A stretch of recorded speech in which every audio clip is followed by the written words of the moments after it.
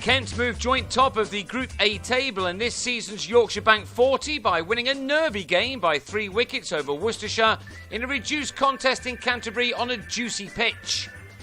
Rain meant a delayed start and a match reduced to 25 overs per side, and James Treadwell's decision to insert was spot on to just the second ball of the match. Moeen Ali's leading edge sent a ball from Mark Davies into the hands of Brendan Nash.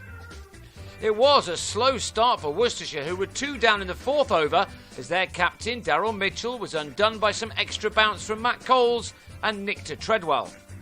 The visitors simply couldn't get going. 13 for 2 became 34 for 3 in the 9th over when Tilan Samarawira was spectacularly held on the boundary's edge by Sam Billings, who had to flick the ball back to stop conceding a 6.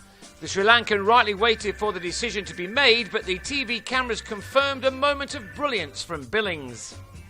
Unbelievably, Worcestershire had to wait until the 11th over for just their second boundary.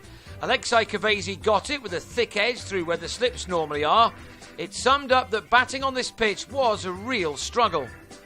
Kavesi was the best of the Worcestershire batsmen. He'd made 27 when he was 4th out with a total on 50.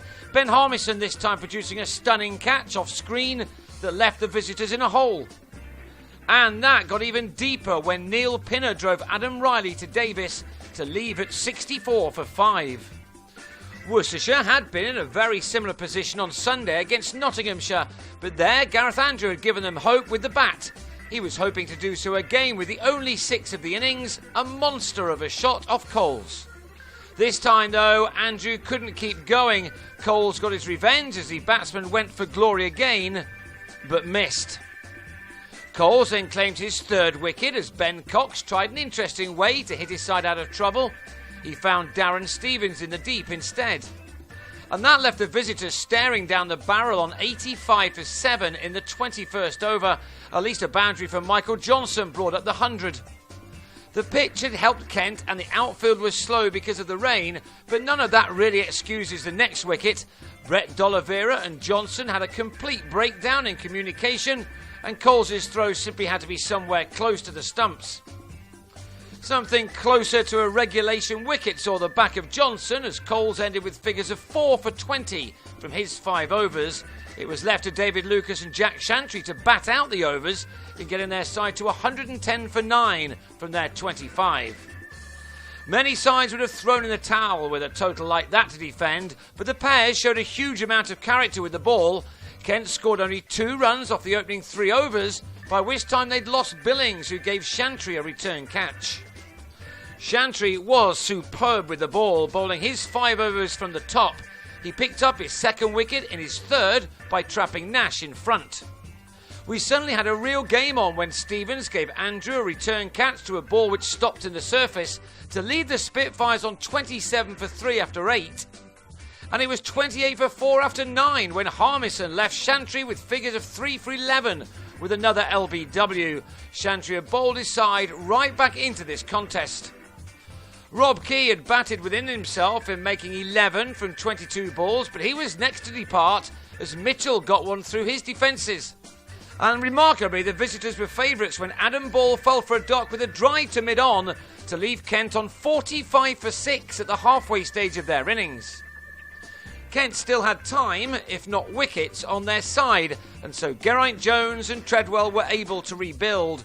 Watchful at first, they picked off the boundaries when they could. They never let the required run rate get above a run a ball, which they would have been very happy with. The winning line was not a million miles away, but these 2 very experienced players had to keep their wickets intact, and they were doing a fine job to that end. At last, batting seemed to get that bit easier as the night wore on, but this was a good counter-attack from Jones and Treadwell all the same, and they'd swung the pendulum back their side's way. The target was brought down to just 19 off the final 5 overs when Treadwell deposited an alley full toss over the ropes. The hard work was steering Kent towards victory. But then some more nails were bitten off as Jones pulled a rare short ball from Andrew, which was held at the 2nd attempt by Shantry. Jones was gone for 30 at 92 for 7. So Treadwell now held the key and he took a liking to Lucas just to ease the nerves in the home dressing room once again. The Kent captain struck 2 successive boundaries off Lucas deciding to get this job done by himself without the risk of leaving it to others. This took the target down to just 8 off the last 3 overs. The match was finished off with a rather limp end to a thrilling, if low-scoring game, with Treadwell the man of the match, with 42 not out.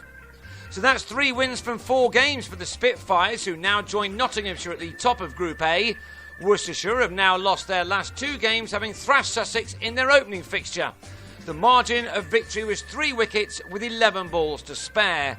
The 2 sides meet again in the Championship at Canterbury on Friday.